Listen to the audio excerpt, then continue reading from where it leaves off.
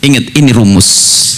Di saat kita ingin mengajak seseorang, harus memandang orang lain dengan pandangan merendahkan. Seorang guru kalau memandang murid dengan pandangan merendahkan, tidak akan mengirim ilmu. Kalau rumusnya didapat, rambu-rambunya didapat, belajar gampang. 5 menit cukup nanti. Makanya mukaddimah yang panjang, nanti ilmunya 5 menit saja sudah selesai, gak usah banyak-banyak.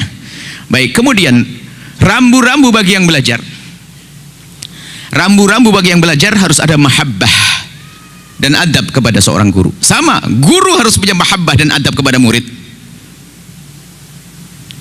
Guru punya adab kepada murid, bukan murid tok yang beradab kepada guru. Imam Ahmad itu kalau sama muridnya hormat banget. Kalau menegur tuh pelan-pelan pasti. Negurnya halus. Gurunya beradab sama murid. Guru beradab sama murid, muridnya harus beradab sama guru. Jadi kalau bagi murid, kalau kita menjadi murid, apa yang harus ada pada kita agar ilmu mudah kita dapat? Sederhana, harus ada mahabbah, ada cinta di hati kita kepada sang guru, dan ada adab. Mahabbah itu ditandai, mahabbah ditandai apa? Kita sering mendoakan guru kita. Kemudian yang kedua, tanda cinta kita. Maka kalau kita punya guru, siapapun mungkin yang mengajar kita satu ayat atau apa, biasa akan mendoakan.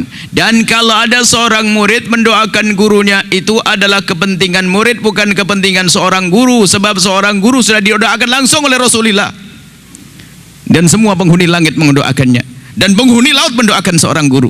Maka kalau kita bisa mendoakan guru, keberuntungan bagi kita. Kemudian yang kedua, jangan membicarakan kejelekan seorang guru. Kalau kita melihat kejelekan seorang guru, anggap itu adalah musibah besar bagi seorang murid. Bencana seorang murid, tantangan berat seorang murid kalau dibukakan oleh Allah aib gurunya. Naudzubillah. Hilang cinta saat itu. Makanya orang-orang dahulu itu kalau dibukakan aib gurunya itu menangis dosa. Kekotoran hatinya langsung dikoreksi. Misalnya seorang murid lihat gurunya melakukan kesalahan. Dan menyalahkan gurunya, dia langsung mengatakan, "Ya Allah, kenapa kau tampakkan kekurangan guruku di mataku, takut aku kurang cinta ya Allah." Menangis dia. Sehingga mereka di saat mau belajar, lihat Syekh Hashim Asy'ari dalam kitab Adabul Alim wal Muta'allim, beliau menyebutkan salafuna, ulama dahulu itu kalau calon-calon waktu sebelum menjadi ulama, kalau mau belajar itu bersedekah. Setelah bersedekah itu berdoa, "Ya Allah, dengan sedekahku ini Allah, tutuplah kekurangan guruku agar tidak terlihat olehku." Makanya kalau ada murid mencari kesalahan guru, dijamin dia nggak akan dapat ilmu. Dan ingat, kalau kita mencari guru yang tidak pernah bersalah, sampai mati kita nggak punya guru. Akan tapi ketahuilah, nasib baik seorang murid adalah jika ditutup oleh Allah kekurangan gurunya. Kenapa? Agar semakin cinta. Lah kalau sudah murid punya bekal cinta, jangan bicarakan kejelekan guru, bicarakanlah kebaikan guru. Kalau kita sering membicarakan kebaikan seorang guru, maka ketahuilah teman kita yang mendengar pun ikut senang, akhirnya dia ikut. Maka ada istilahnya membaca manakib. Manakib itu adalah kisah, mengagumkan kisah baiknya seorang guru. Manakib, sebutkan guru kita, guru Al-Quran kita, Masya Allah dia soleh, dia gini-gini. Kalau kita bercerita kepada sahabat kita akan terpesona. Setelah dia terpesona akan ikut dia. Lihat, mengajak orang dalam kebaikan. Tapi kalau kita ngomongin kejelekan seorang ustadz, lihat, kita tidak akan dapatkan ilmu. Ada mahabbah.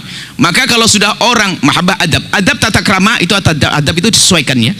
Adab itu ya tata krama, kita mengerti, mendengar, patuh, sopan santun.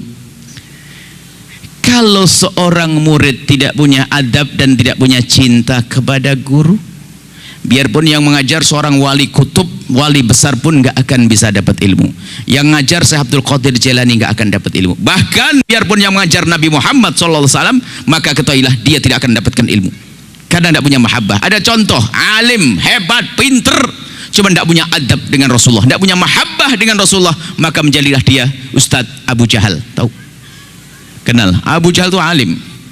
Tidak ada ayat Al-Quran turun kecuali dia hafal. Tidak ada Nabi bersabda kecuali dia tahu. Bahkan begitu hebatnya Abu Jahal, rajinnya belajar dari Nabi. Kalau dia pergi jauh, dia membayar orang untuk duduk dengan Nabi Muhammad agar tidak ada kalimat yang terlewat dari lisan Nabi. Cuman tujuannya bukan untuk mencari kebaikan, tapi tujuannya untuk mencari-cari kejelekan Nabi yang tidak pernah ada. Karena di hatinya tidak ada cinta. Lihat, padahal dia dengar firman Allah, dengar suara Nabi yang indah, dan melihat akhlak Nabi yang mulia. Karena di hatinya tidak ada cinta, maka nggak ada ilmu. Baik, selesai.